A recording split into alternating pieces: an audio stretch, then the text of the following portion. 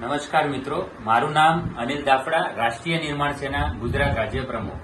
મિત્રો, આ જે મારી આજુબાજુમાં જે લોકો ઉભા છે એ લોકો વાસણા વિસ્તારની જનતા છે કે એ લોકોને જીવનમાં જ્યાં જ્યાં અન્યાય થયો છે ન્યાય મેળવવા સારું વાસણા પોલીસ સ્ટેશન ખાતે ગયેલ હોય, હજુ સુધી તેઓની ફરિયાદનું નિરાકરણ ન આવતા આજ રોજ આ તમામ લોકો એક ન્યાયના હિતે આ વિડીયો ઉતારી અને સરકારને અને પોલીસના કાન સુધી આ વાત પહોંચે અને આ તમામનું કામ થાય એ હેતુથી અમે આજે આ વિડીયો ઉતારી રહ્યા છીએ. મારી પાછળ ઉભા છે વિકાસભાઈ મારવાડી કે જેઓનું 1 વર્ષ પૂર્વે મકાન જે અસામાજિક તત્વો જે ગેરકાયદેસર મોટા ધંધા ચલાવે છે, ડ્રગ્સના તેમજ તમામ પ્રકારના દારૂ, ગાંજો, ચરસ આવા મોટા બુટલેગરો, આવા માથાભારે શખ્સો દ્વારા લોનના બહાને બોલાવી અને સાઇન કરાવી અને ગેરકાયદેસર રીતે આખું તેઓનું મકાન બચાવી પાડેલ હોય. આ બાબતની ફરિયાદ લેવા આ વિકાસભાઈ મારવાડી અને તેઓના ઈસમો તમામે તમામ પોલીસ સ્ટેશન ગયેલ હતા. હજુ સુધી આજે વાતને 1 વર્ષ થઈ ગયું. પોલીસ એમ કે છે કે મંજૂરી માટે ફાઇલ મોકલી છે, આવશે, પરંતુ એવું ક્યાંય લાગતું નથી. તમામે તમામ સામેવાળા તેમજ પોલીસ સ્ટેશનના પોલીસ કર્મીઓ ક્યાંક ને ક્યાંક મેળા પીપણા કરી દીધા હોય અને આ વ્યક્તિને હજી સુધી ન્યાય ન મળેલ હોય. એક પહેલું ઉદાહરણ હતું.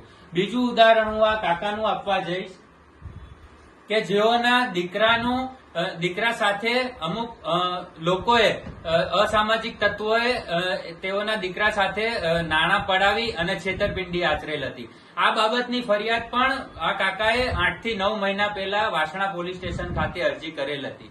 તે અરજીના અનુસંધાને કાકાને બોલાવેલ હતા. પોલીસ કર્મી દ્વારા નિવેદન લેવામાં આવેલ હતું. તેમજ ફરિયાદ દાખલ ન કરો તેવું સમજાવી એક કાચું પોચું નિવેદન લઈ અને તેઓને પણ પરત મોકલી દીધા હતા. એ કાકા વારંવાર ન્યાય માટે પોલીસ સ્ટેશન ખાતે અને જે તે લગત ચોકી ખાતે જવાબદાર અધિકારીઓ પાસે જઈને આવ્યા, પરંતુ હજી સુધી તેઓની પણ અરજીનો કોઈ નિકાલ થયેલ નથી. મારી બાજુમાં ઉભા છે બીજા મધુબેન ઉત્તમભાઈ વાઘેલા કે જેઓનું મકાન પોતાની માલિકીનું હોય, 2005 થી ટેક્સ બિલ ધરાવનાર વ્યક્તિ છે, વિધવા મહિલા છે, તેમજ 2 પુત્રો સાથે છૂટક મજૂરી કરી પોતાનું જીવન ગુજારી રહ્યા છે. તેઓનું પણ મકાન અમુક અસામાજિક તત્વો અને ઈસમો દ્વારા 2021માં અને 2023માં તેઓનું સમારકામ ચાલતું હોય મકાનનું અને ગેરકાયદેસર રીતે 15 થી 20 જેટલા લુખ્ખાઓ અને અસામાજિક તત્વો આવી અને તેઓનું ઘર તોડી નાખે છે. પોલીસ સ્ટેશન જાય છે, આજ દિન સુધી તેઓનું ફરિયાદનું નિરાકરણ નથી આવતું. હમણાં પણ તેઓ અરજી કરી કે મારું પોતાનું મકાન હોવા છતાં મારે ભાડાના મકાનમાં રહેવું પડે એમ છે, મારા મકાનનું કોઈ નિરાકરણ આવે, પરંતુ સામેવાળા પોલીસ સાથે ક્યાંક ને ક્યાંક મેળા પીપણા સાંઠગાંઠ કરી લેતા હોય. તેઓનું પણ હજી સુધી મકાન નથી બનતું. તે અરજદાર પણ વારંવાર પોલીસ સ્ટેશનના ધક્કા ખાય છે. તેઓનું પણ હજી સુધી કોઈ કામગીરી થયેલ નથી.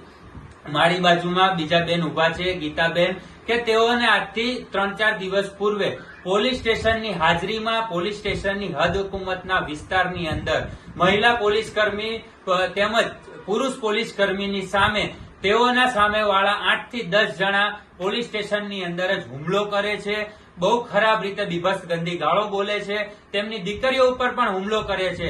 બેન ન્યાય મેળવવા સારું પોલીસ સ્ટેશન ખાતે વારંવાર આજીજી કરે છે કે બેન અમારી ફરિયાદ દાખલ થાય, અમને ન્યાય મળે, પરંતુ આજે એ બેનને પણ આજે 4-5 દિવસ 3-4 દિવસ ઉપર થઈ ગયું, હજી સુધી ફરિયાદ દાખલ નથી થઈ, તેમજ એ બેનને ન્યાય મળેલ નથી.